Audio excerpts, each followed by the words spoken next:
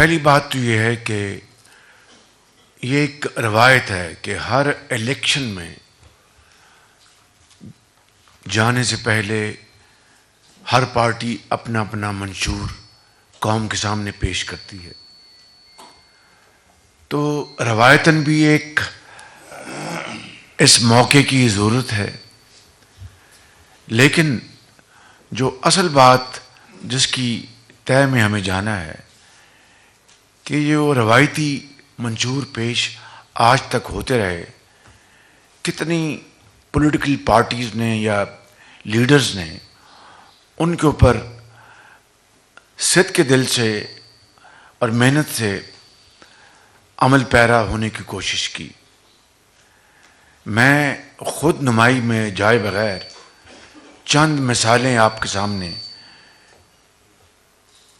پیش کرنا چاہتا ہوں. میاں محمد نواز شریف نے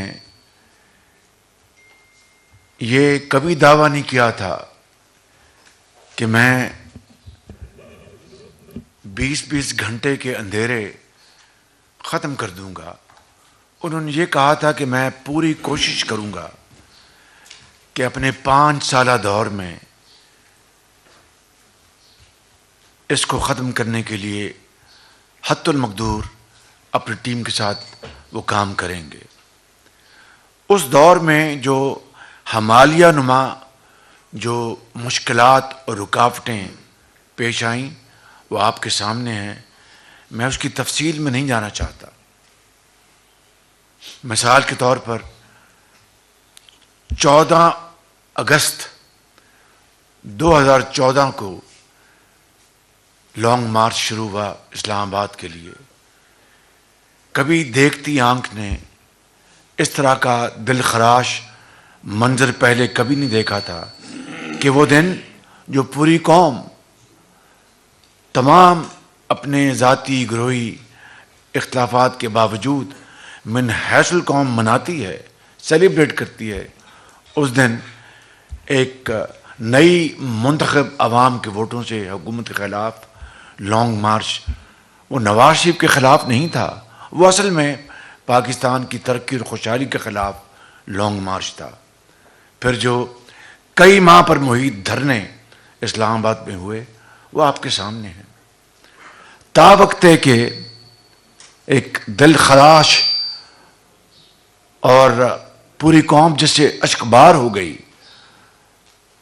16 دسمبر 2014 کو جب اے پی سی کا واقعہ ہوا تب وہ دھرنا مجبوراً ان کو ختم کرنا پڑا. یہ جو وقت ضائع ہوا قوم کا یہ کس کے ذمہ تھا؟ اس کے باوجود یہ اللہ تعالیٰ کو اس طرح منظور تھا کہ نواز شریف کے قسمت میں یہ لکھا تھا کہ ان کے دور میں، اور یہ بات حقیقت ہے کہ اپریل 2015 سے اس مد میں کوئی کام ممکن ہی نہیں تھا کہ جب ہر طرف دھرنوں کی صدائیں ہوں اور میلے کچالے کپڑے رکھے گئے ہوں اور پارلیمنٹ کو آگ لگانے کی صدائیں آپ دیکھ رہے ہوں اور جلا دو اور گھراؤ کر لو کی نعرے لگ رہے ہوں. وہاں پر ترقی کا دور دور تک وہاں پر صائب نہیں پڑ سکتا. لیکن اس کے باوجود آپ نے دیکھا کہ جولائی یا مئی 2018 تک صرف 3 سال میں 3.5 سال میں 11,000 میگا واٹ بجلی کے منصوبے لگائے گئے جو کہ دنیا کی تاریخ کا ریکارڈ ہے. پھر آپ دیکھ لیں کہ کراچی کی گرین لائن پبلک ٹرانسپورٹ وہ مچور کا حصہ تو نہیں تھا. نواز شریف نے اس کو بطور تحفہ سندھ کے عوام کو اور کراچی کے عوام کو دیا. بس میں اور کوئی مثال نہیں دوں گا. کہنا یہ چاہتا ہوں کہ منشور سب پیش کرتے ہیں، عمل کوئی کرتا ہے. اور میں ایک جنرل بات کر کے آگے بڑھوں گا کہ تعلیم کے میدان میں جن لوگوں نے تعلیم اور علاج کے لیے وہ کچھ قوم کو بتایا تھا اور اس میں وہ چیمپئن بنتے تھے، انہوں نے اپنے صوبے میں اس 10 سالہ دور میں کیا کیا؟ اور نواز شریف کے دور میں جہاں پر ان کو مینڈیٹ ملا تھا وہاں پر کیا انقلاب آیا وہ آپ کے سامنے ہے، میں اس کی تفصیل میں نہیں جاؤں گا. صرف ایک مثال دوں گا کہ پی کے ایل آئی جو کہ گردوں اور جگر کے امراض کے علاج کے لیے اور پیوند کاری کے لیے نواز شریف کی لیڈرشپ میں 20 ارب روپے کی لاگت سے وہ مکمل ہوا. اور اس میں مجھے کہنے میں کوئی باک نہیں کہ دنیا کے کسی بھی اعلیٰ ترین ہسپتال کا آپ اس سے مقابلہ کر سکتے ہیں. خود تو کے پی میں برباد کر دیا، ہسپتالوں کو بھی، تعلیم کو بھی. ڈینگی آئی تو پہاڑوں میں چڑھ گئے. مگر جہاں پر ایک بہترین کام ہوا تھا خدمت خلق کے لیے، وہ یعنی بدترین قسم کی آپ سبھی لیے حسد میں اس کی آگ میں جلے اور پی کے ایل آئی کو بھی برباد کر دیا. یہ بات روز روشنی کی طرح عیاں ہے کہ پاکستان کے وہ طبقے، یتیم غریب، چاہے وہ میران کی وادیوں سے ہو، پنجاب کے میدانوں سے ہو، کے پی سے ہو، بلوچستان سے، جب ایسے امراض میں وہ ملوث ہوتے تھے تو ان کو چین جانا پڑتا تھا، ہندوستان جانا پڑتا تھا. میں خود پنجاب میں ہم نے اربوں روپے دیے ان غریب ترین بچوں کے علاج کے لیے، وہ بنایا گیا، برداشت نہ ہوا. تو میں آج یہاں پر بات ختم کرنے سے پہلے یہ کہوں گا کہ نواز شریف اس شخص کا نام ہے جس نے جو وعدہ کیا اس کے اوپر عمل کرنے کے لیے سرتوڑ کوشش کی اور دن رات ایک کیا، اور دعوے کم کیے اور کام زیادہ کیا. اور یہ بات میں آپ دانشوروں کے سامنے بڑی عاجزی سے کہہ رہا ہوں. آپ سے زیادہ کوئی اس بات کو بہتر نہیں جانتا. آپ ہر چیز کا تیا پانچا ایک سیکنڈ میں کر سکتے ہیں.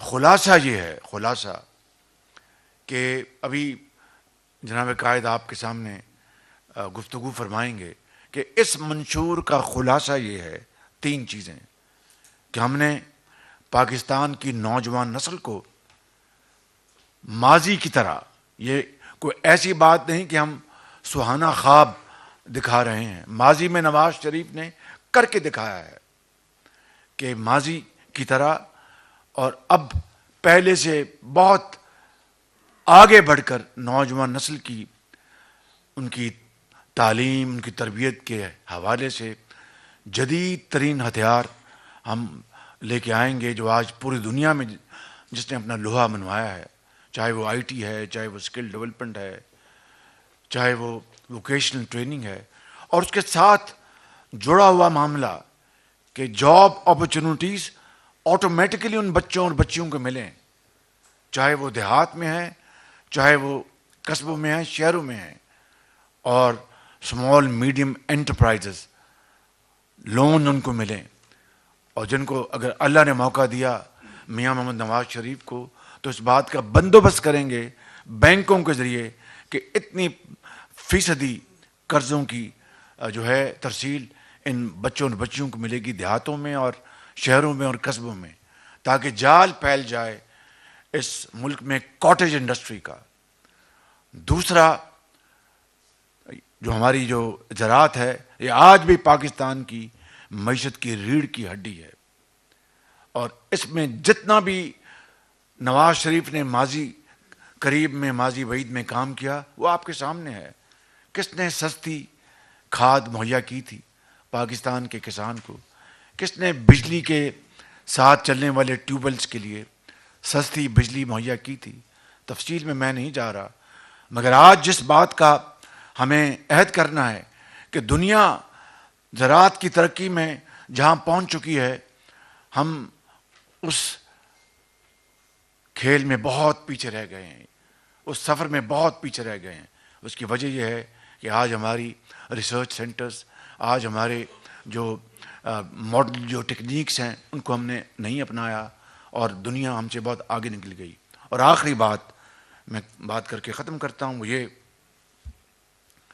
کہ نواز شریف کا منشور کا اہم ترین حصہ یہ ہے کہ قوم کو جوڑنا، قوم کے زخموں پر مرہم رکھنا، یہ اپنی ذات سے بالاتر ہو کر، اپنی انا سے بالاتر ہو کر، پاکستان کے وسیع تر مفاد میں اپنی ذاتی اختلافات کو بھلا کر قوم کو اکٹھا کریں۔ یہ جو زہر گھولا گیا ہے اس معاشرے میں پچھلے 5 سال میں، یہ ایک ایسا زہر ہے کہ یہ آرام سے یہ ختم نہیں ہوگا۔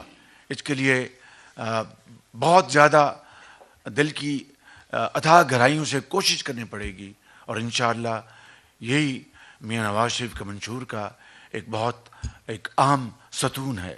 ان الفاظ کے ساتھ میں جناب عرفان صدیقی صاحب کو مبارکباد پیش کرتا ہوں، ان کو شکریہ ادا کرتا ہوں کہ انہوں نے بڑی ارق ریزی سے یہ منشور ترتیب دیا، اور تمام سب کمیٹیز کو میں ان کا شکریہ ادا کرتا ہوں کہ انہوں نے بڑی جانفشانی سے اس منشور کو انہوں نے بنایا، جو آج انشاءاللہ آپ کے سامنے پیش کیا جائے گا، اور اس کے لیے تمام سب کمیٹیز کے جو درجہ بدرجہ اس کے ہیڈز ہیں ان سب کو میں مبارکباد پیش کرتا ہوں اور ان کا شکریہ ادا کرتا ہوں۔